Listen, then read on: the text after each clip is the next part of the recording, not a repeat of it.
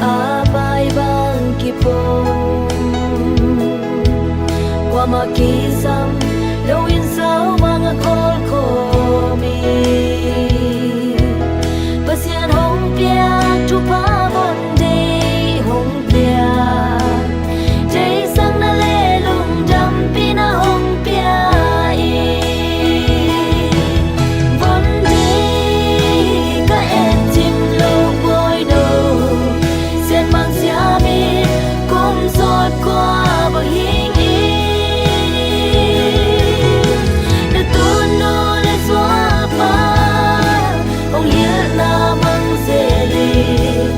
Chậm lại huân luân hoa bên hóng giang dễ đô